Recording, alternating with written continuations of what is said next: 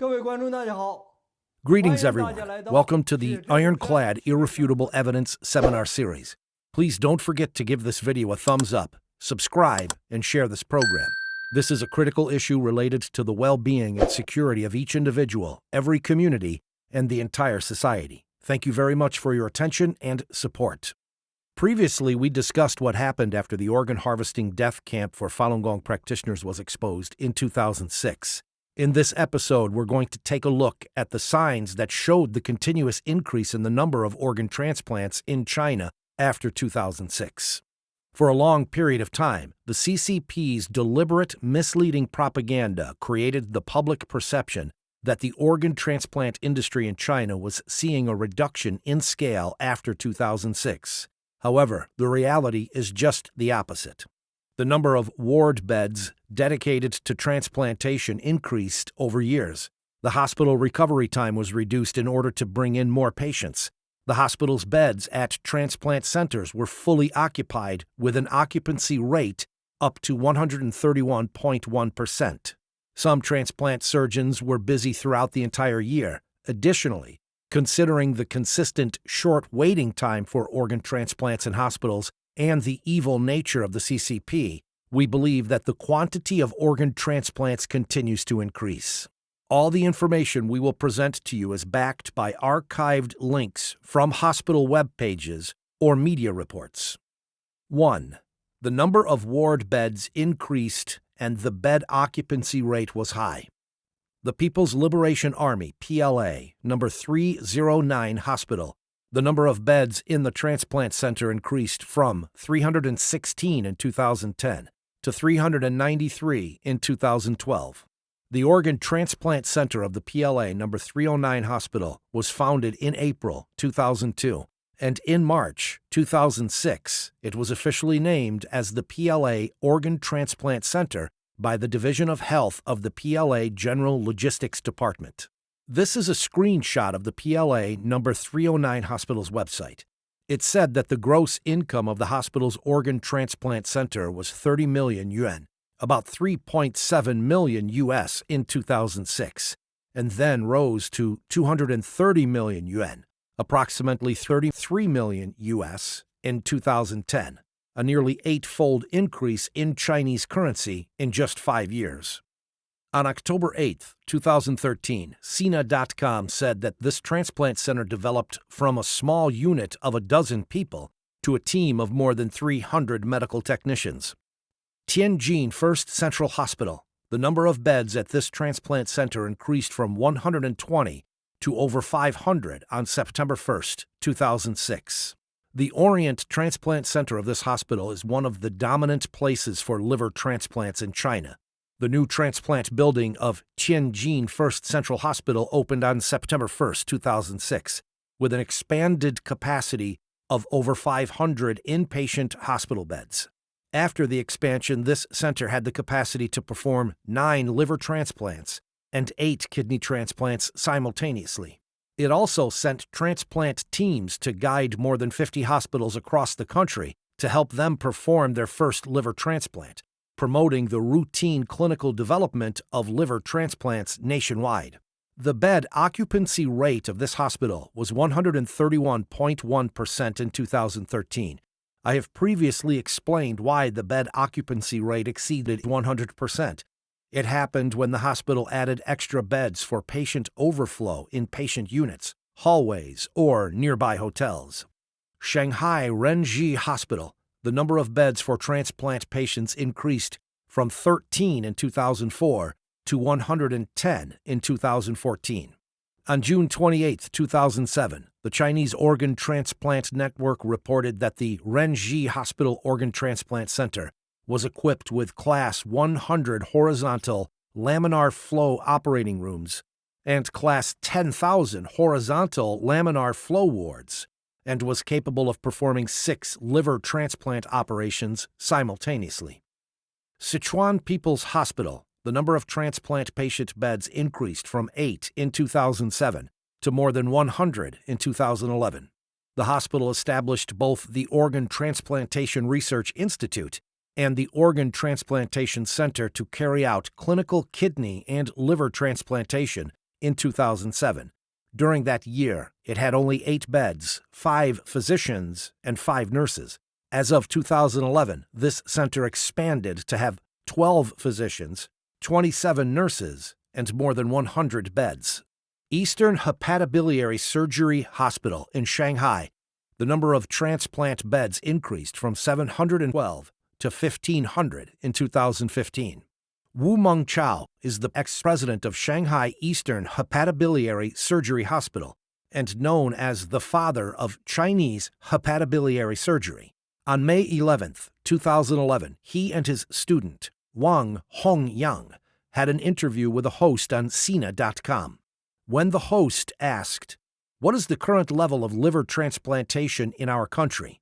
Wu Mengchao said, "The number of liver transplants we do now is the largest in the world, and the quality and results are also good, and have caught up with the international level."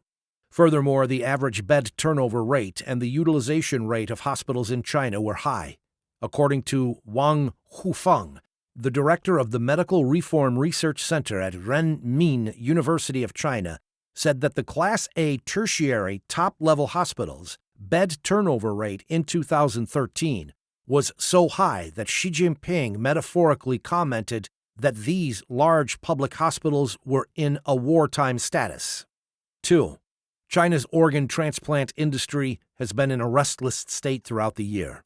It seems this is neither a short-term phenomenon, nor is it simply isolated cases found in a small number of hospitals.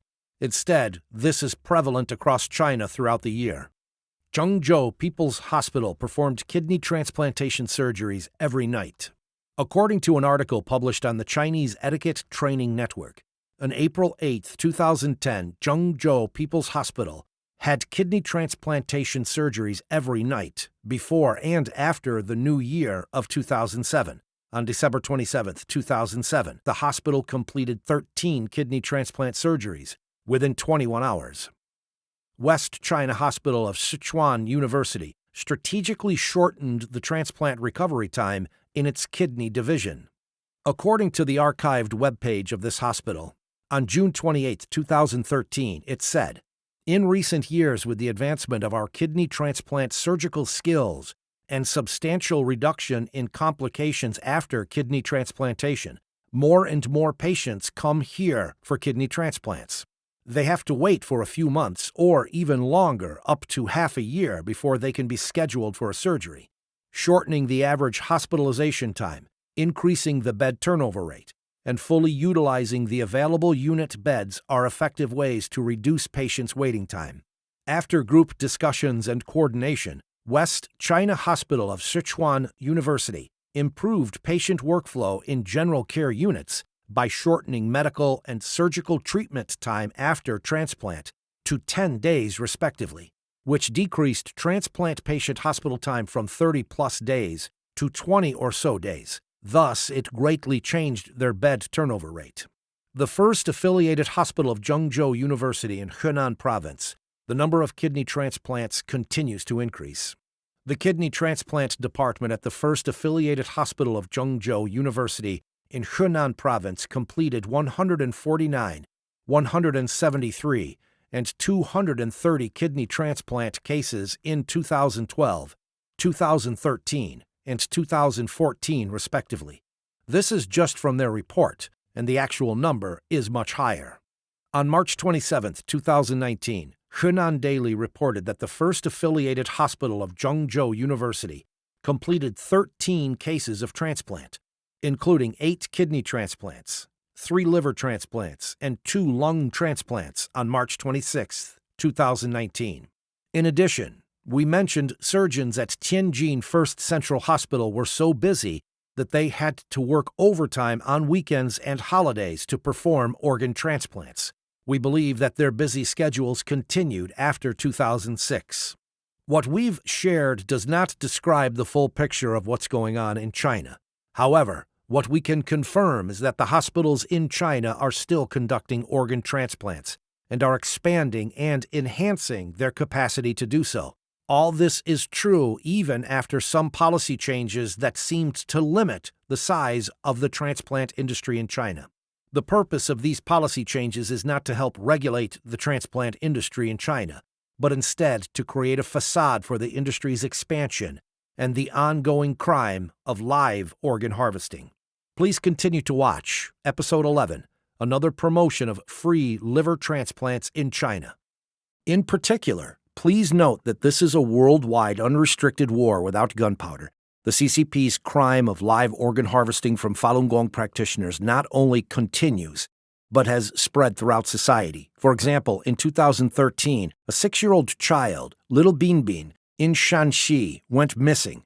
2 days later, he was found with his eyes gouged out for his cornea. Dozens of university students in Wuhan disappeared for no reason in recent years, and countless children and women go missing every year. Live organ harvesting has become a threat to everyone. Perhaps, as we are talking, many kind and innocent people are being put onto operation tables for their organs. And also, many have been detained in dark prisons for many years, and their hearts, livers, and kidneys are waiting to be excised in an indescribably cruel way at any moment. How urgently they need rescue from the outside world. How excruciating it is for their parents, brothers, and sisters to bear the pain of missing their loved ones for years. Live organ harvesting signifies an unprecedented atrocity that has never existed on this planet. We cannot heartlessly ignore the fact that the Chinese Communist Party is ravaging and killing people. We cannot watch the CCP flagrantly destroy the bottom line of morality with lies, coercion, and financial lures that aim to silence and lead the entire human race to fundamental destruction without taking action. We urge everyone to like, subscribe, and spread the word about our program. Let your family, relatives, friends, neighbors, co-workers, and anybody else in your social circle know the facts of the CCP's mass organ harvesting from living Falun Gong practitioners. Please tell the whole world the truth and stand together to put a stop to the CCP's crimes against humanity. This is a critical issue related to the well-being and security of each individual, every community, and our entire society. Thank you very much for your attention and support. 感谢各位朋友，感谢大家的关注支持。 World Organization to Investigate the Persecution of Falun Gong, WOIPFG, was founded on January 20th, 2003. It is based in New York with branches in Europe, Australia, Asia, and Canada. WOIPFG's mission is to investigate the criminal conduct of all institutions, organizations, and individuals involved in the persecution of Falun Gong. To bring such investigations, no matter how long it takes, no matter how far and deep we have to search, to full closure, to exercise fundamental principles of humanity, and to restore and uphold justice in society. The principle of our investigation holds that those who have committed crimes shall be brought to justice. Individuals shall bear the same responsibility for their involvement in their organization's crimes, and those instigating the persecution shall bear the same responsibility of those who have physically carried out the persecution. We intend to uproot state-sanctioned crimes and safeguard human morality.